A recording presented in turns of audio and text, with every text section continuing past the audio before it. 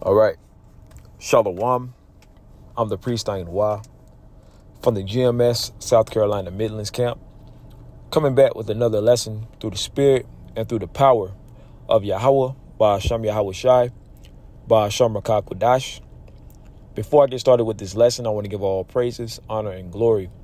Call hello Yamla Yahweh, Ba'asham Yahweh Shai, Ba'asham Rakah Kodash. Secondly, of course, I want to give double honors to my apostles and to my elders of Great Millstone that rule well, which taught me this truth, who are the true leaders of Israel today. And also peace, love, blessings, and salutations to the elect. All right. Shalom. And in this lesson, I just want to pretty much touch on the downfall of Esau, Edom, and these nations, man. See, Yahweh Shema Shai is in the process of getting ready to avenge us. When you go to Second Esdras, the 15th chapter, and when you go to let's start at verse 7, and I'm gonna read down, right? Because, like I said, the Lord is in the process of avenging Israel, but ultimately beginning with the elect. Okay, because right now the 2/3 on this side, even the 2/3 are considered as heathen, and they're going to be destroyed on this side. Now, of course, they're going to come back in the kingdom through the loins of the elect.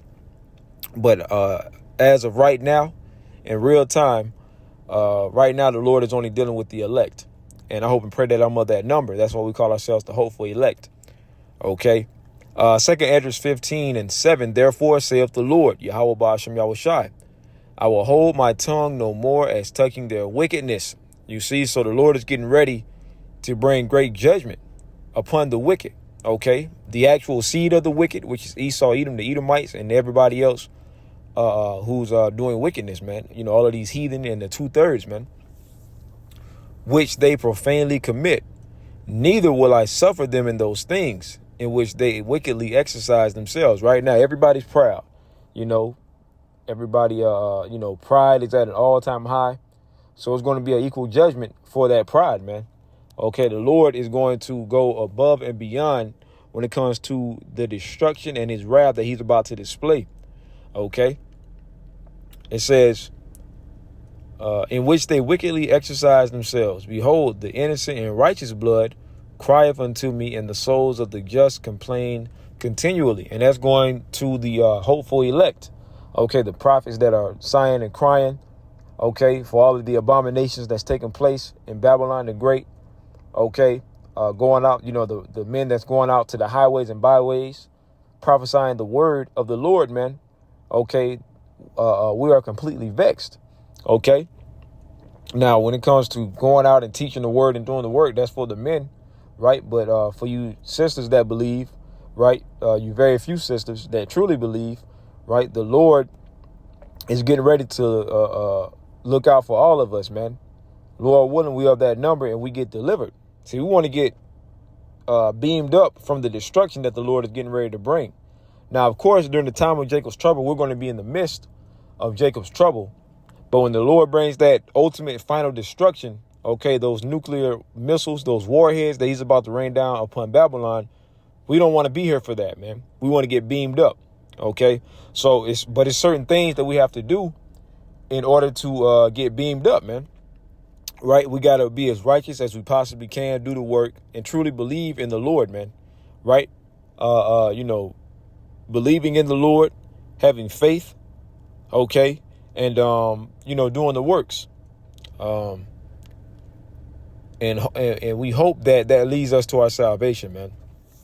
But the righteous is crying out to the Lord, man. And the Lord is going to avenge the righteous, as it's saying right here in verse 8. Now let's go to verse 9. And therefore, saith the Lord, I will surely avenge them and receive unto me all the innocent blood from among them. You see? So the Lord is getting ready to bring complete judgment upon this place, man. Let's keep reading. Behold, my people is led as a flock to the slaughter. I will not suffer them to dwell in the land of Egypt. And the word Egypt just means bondage. Right now, we're in another Egypt. America, Babylon the Great. This is that future Egypt as it speaks about in the scriptures. Right. This is that future Egypt, that bondage. okay, that we're currently serving in, man, captivity, right? But the Lord has risen us up, okay? Revelation 11:11, okay? Ezekiel the 37th chapter, right? The Lord giving us that breath and giving us this truth, right? Raising us back up. Baruch the 2nd chapter, around the 30th verse on down. The Lord, giving us our heritage back, because the Lord is in the process of getting ready to deliver us, man, and to take down our all of our enemies, these other nations, and our chief enemy, Esau, Edom. Egypt shall mourn, and the foundation of it shall be smitten with the plague and punishment that Yahweh Shai shall bring upon it. You see? So the Lord is getting ready to do a mighty work. Isaiah the 34th chapter, beginning at the first verse, and you see in the subheading, it says, God's wrath, which the name of the Lord is, the name of the Heavenly Father is Yahweh, and his only begotten Son is Yahweh Shai. So Yahweh Ba'asham Yahweh Shai's wrath upon against nations. Come near, ye nations, to hear, and hearken, ye people. Let the earth hear, and all that is therein, the world and all things that come forth of it. For the indignation, and that word indignation means righteous anger of the Lord. For the indignation or righteous anger of the Lord Yahweh, while Yahweh Shai is upon all nations, and his fury upon all their armies. He hath utterly destroyed them. He hath delivered them to the slaughter. You're seeing right now the Lord is in the process of getting ready to gather up all the nations in the Middle East, right? That's why we're seeing these rumors of wars. When you go to Matthew, the 24th chapter and the 6th verse, this is letting us know that we're at the end. This is one of the signs to let us know that we're at the end, right? And ye shall hear of wars and rumors of wars. See that you be not troubled, for all these things must come to pass, but the end is not yet, right? You just had recently the Iranian president that was killed in a helicopter crash. And right now, pretty much everybody is speculating foul play, because you also had a number of other assassinations and attempted coups and all that happened on the same day. So Esau is at work, man, right? And it's this documentary that Elder Barack Allah from the GMS Los Angeles camp, the Ancient of Days camp, he made a lesson, and he referenced a documentary to go and watch, which I haven't finished watching it, but so far I'm like 40 minutes in, and it's full of just information of how these devils set up economic hitmen. Because that's really how Esau's got the world by the balls, man. Okay, through the monetary system that he created. Okay, and the name of the documentary is Zeitgeist Addendum, right? Zeitgeist Addendum. So go and look that up. Pretty good documentary. But it's showing you all these, things that Esau has been doing, right? And it's all going to fall back upon his own head, man. Okay, and right now the nations are figuring out that this devil, well, they've always known that this devil is the devil, but now they're to the point to where they're fed up with this devil, and they're getting ready to wage war against him. And this is all through the spirit of Yahweh Shai, Shai, right? What is that? I believe Proverbs 21:1. It says the king's heart is in the hand of the Lord Yahweh, as the rivers of water. He turneth it whithersoever he will. Right. So the Lord is putting the spirit on these the heads of these nations, the leaders of these nations, who at one time were in bed with Esau. Right. But now that they're fed up. Right. What's that scripture? It says the nations are mad. I believe that's in Revelation.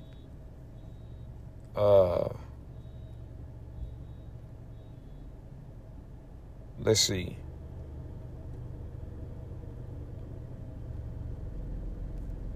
It might be 17.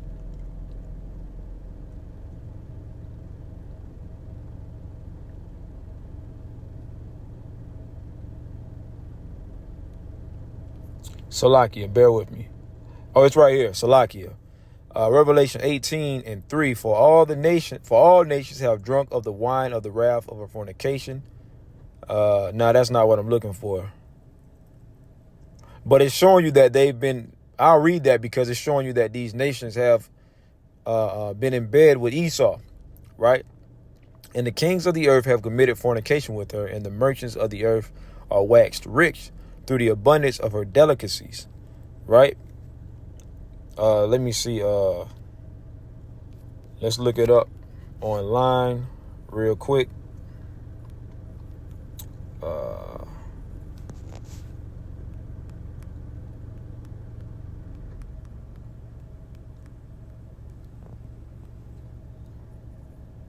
Jeremiah 51:7. Let's go there real quick.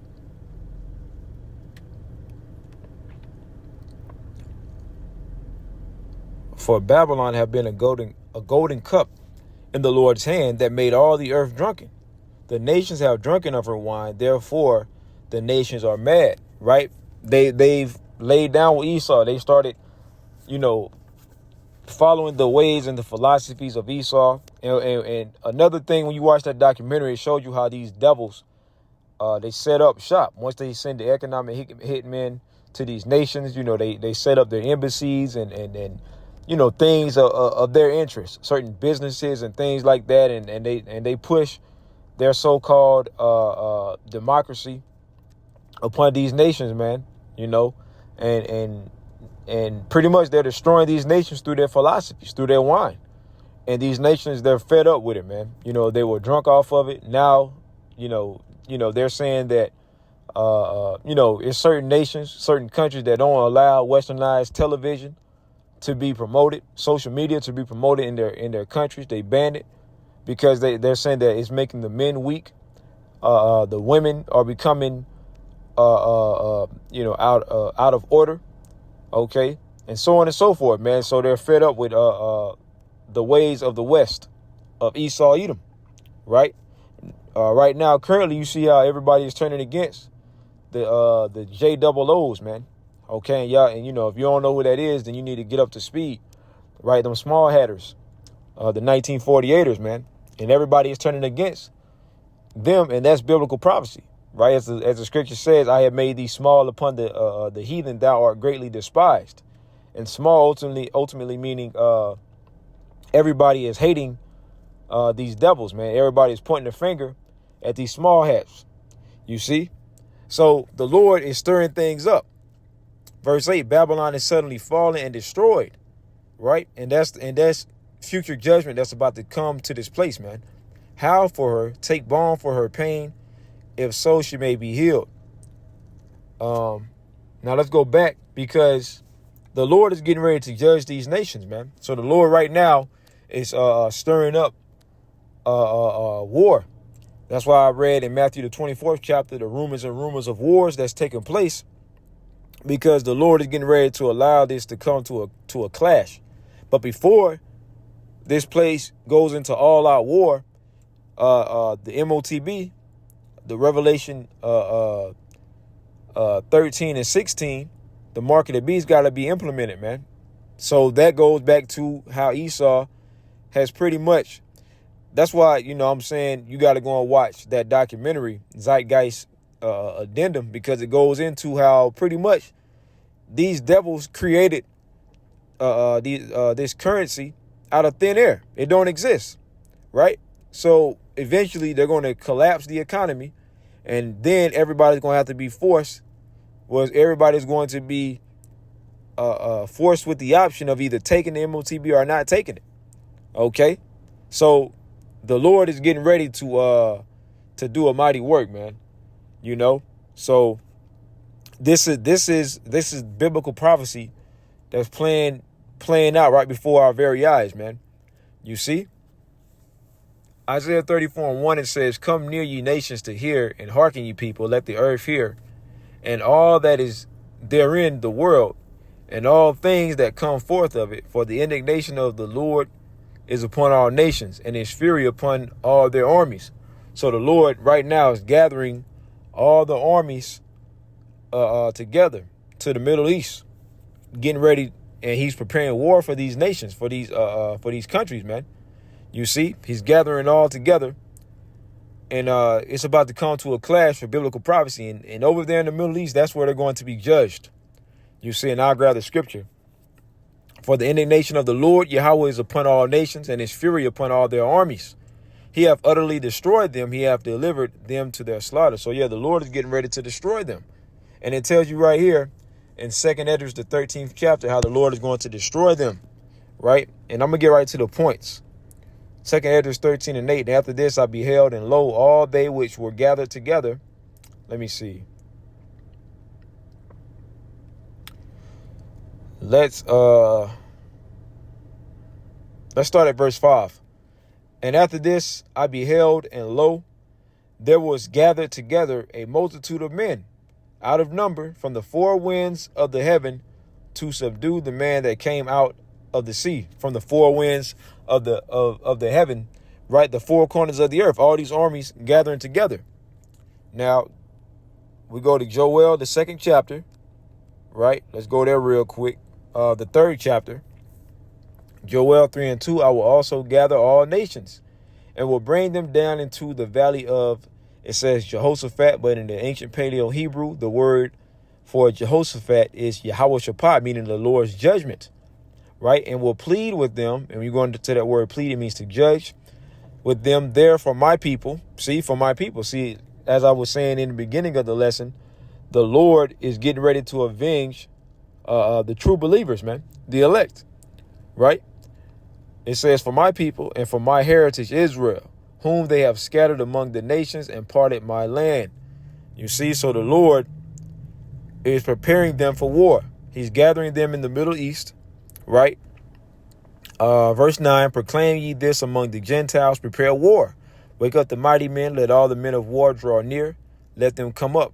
Beat your plowshares into swords and your pruning hooks into spears. Because these nations were known, a lot of these smaller nations that are gearing up for war now, at one point in time, they were known for their agriculture, right? But now they're not getting, tools and things that are meant for, agriculture and cropping and farming, so on and so forth. Now they're putting all their money towards weapons, you see, because the Lord is putting a spirit on them for war. You see, beat your plowshares into swords and your pruning hooks into spears. Let the weak say, I am strong. All the nations got nuclear missiles now, man. So at the end of the day, that's the weaker nations saying that they're strong and they're coming together, right? You got Russia, you got the BRICS, right? You got these other nations coming together. Soon NATO is going to turn and the EU is going to turn on Babylon. So the Lord is setting it up according to plan, man, perfectly. Assemble yourselves and come, all ye heathen, and gather yourselves together round about. Thither, cause thy mighty ones to come down, O Lord Yahweh. You see, let the heathen be wakened and come up to the valley of Yahweh Shaphat, for there will I sit to judge all the heathen round about. You see that? So we go back to 2nd Esdras 13 and 5.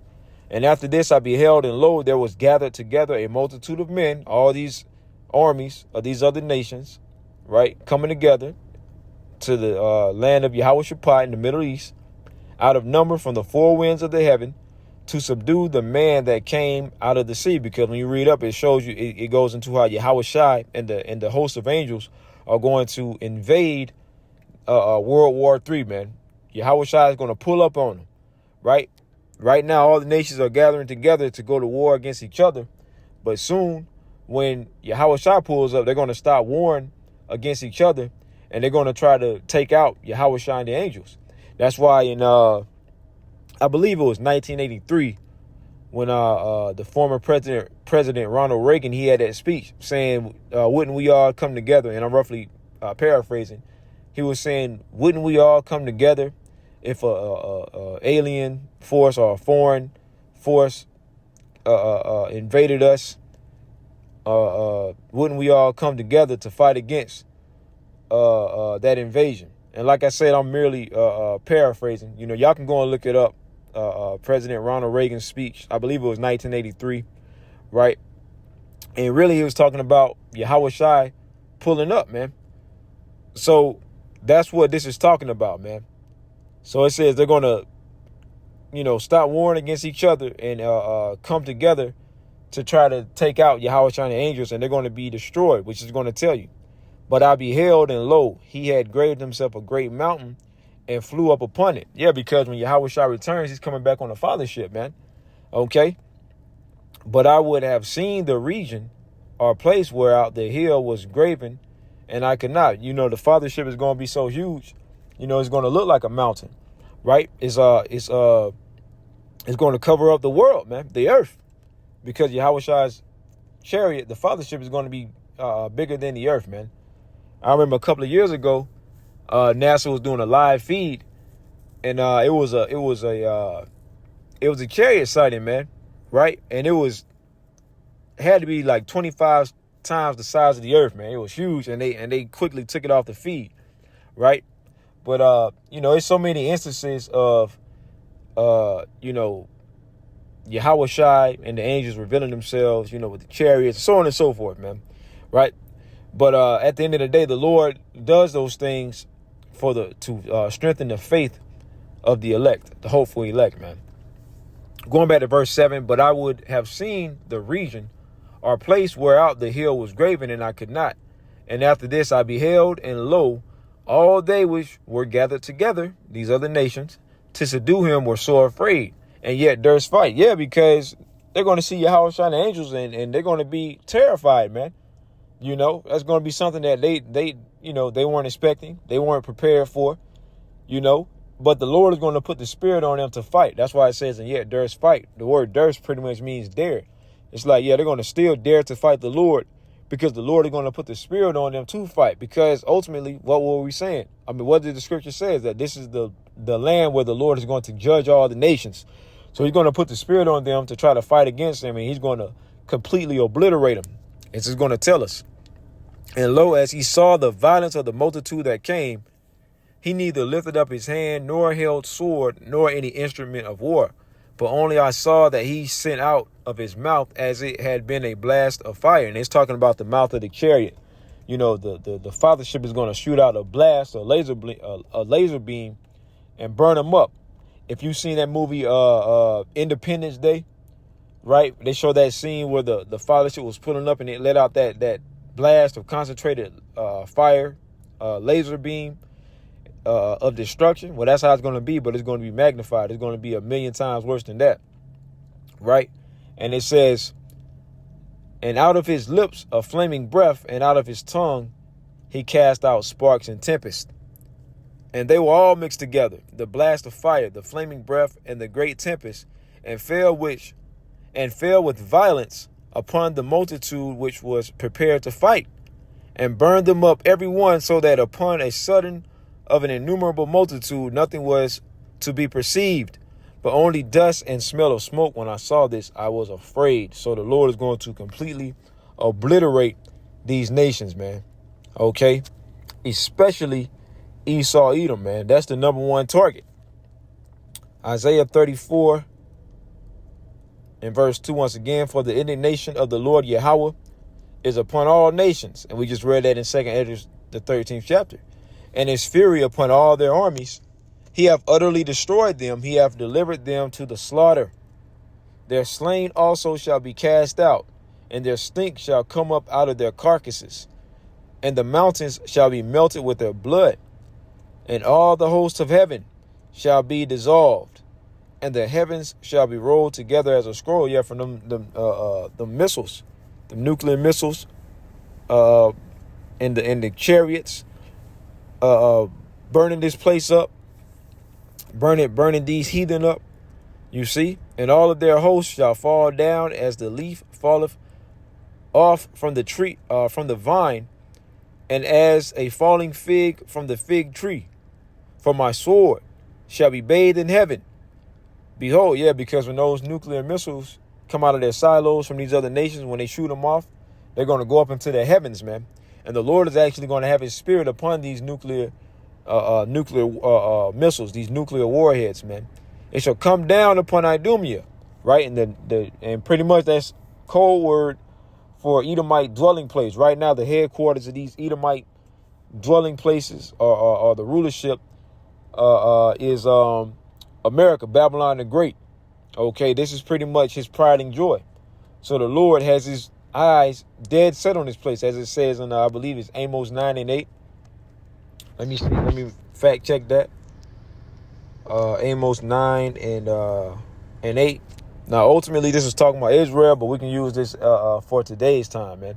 Behold, the eyes of the Lord power are upon the sinful kingdom, and I will destroy it from off the face of the earth, saving that I will not utterly destroy the house of Jacob, saith the Lord, because the Lord is going to spare the elect.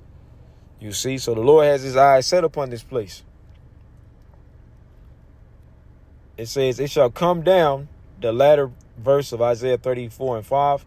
It says, it shall come down upon Idumea and upon the people of my curse to judgment. You see, the sword of the Lord is filled with blood. It is made fat with fatness and with the blood of lambs and goats. See, the Lord always requires a sacrifice. And Babylon the Great is getting ready to be a sacrifice, man. You see, with the fat of kidneys of rams, for the Lord Yahweh hath a sacrifice in Basra, and a great slaughter in the land of Idumea. You see that? So the Lord is getting ready to take these devils out, man, to take this rulership of Esau Edom out. As it says in 2 Esdras 6 and 9, what does it say? It says, for Esau, let's go right to it. For Esau is the end of the world, and Jacob is the beginning of it that followeth. So he's at the end of his period of ruling, his period of rulership, man. You see? And the unicorns shall come down with them, and the bullocks with the bulls, and their land shall be soaked with blood, and their dust made fat with fatness. For it is the day of the Lord's vengeance, and the year of recompenses for the controversy of Zion. See, the Lord is going to avenge us, man. You see? So these devils is in for it, man. They're getting ready to get their ass handed to them, man. Real quick, let's go back to Jeremiah 51 and verse 25. Behold, I am against thee, O destroying mountain. And a code word for mountain is government, man. You see, these devils, this Edomite rulership has been going around destroying everything in its path, everything in its wake, man. Okay, so these devils is getting ready to pay in a major way. You see? It says, O destroying mountain, saith the Lord, which destroyeth all the earth. And I will stretch out mine hand upon thee, and roll thee down from the rocks, and will make thee a burnt mountain. Yeah, because the Lord is getting ready to burn this place up via 200 million nuclear warheads, man, upon this bitch, man. And that's how this place is going out. You see? So right now, this devil is being exposed via the prophets because this is his time to fall, man. You see? 2 Thessalonians 2. Salakia. 2 Thessalonians 2. And verse 6. And now ye know what withholdeth, that he might be revealed in his time. This is the time. This is the time for this devil to be revealed, man. And he's being revealed via the prophets. For the mystery of iniquity doth already work. Only he who now letteth will let until he be taken out of the way. Yeah, the Lord raised this devil up for biblical prophecy, right? Give him that power because the Lord is going to take him down. The Lord is going to show his power by taking this devil down, man. You see? It says, only he who now letteth will let until he be taken out of the way. And then shall that wicked, now according to Malachi 1 and 4, the wicked is Esau Edom. It says he is the border of wickedness, man. It says, and then shall that wicked be revealed, whom the Lord shall consume with the spirit of his mouth, yeah, via the prophets, and shall destroy with the brightness of his coming. You see? So this devil is getting ready to pay, man. Call Lord Yahweh, Ba'ashem Yahushai, Ba'ashem Rakakodash. Lord willing, this lesson was edifying. Just a quick lesson through the spirit, man. Continuing to push that vibration of the downfall of this devil, Esau Edom, and his wicked ass empire, man. You know, it's time for this devil to fall. And his time is up, man. Lord willing, this lesson was edifying, man. Call Lord Yahweh, Ba'ashem Yahushai, Ba'ashem Rakakodash. Double honors to my apostles and elders of Great Millstone who rule well, which taught me this truth for the true leaders of Israel today.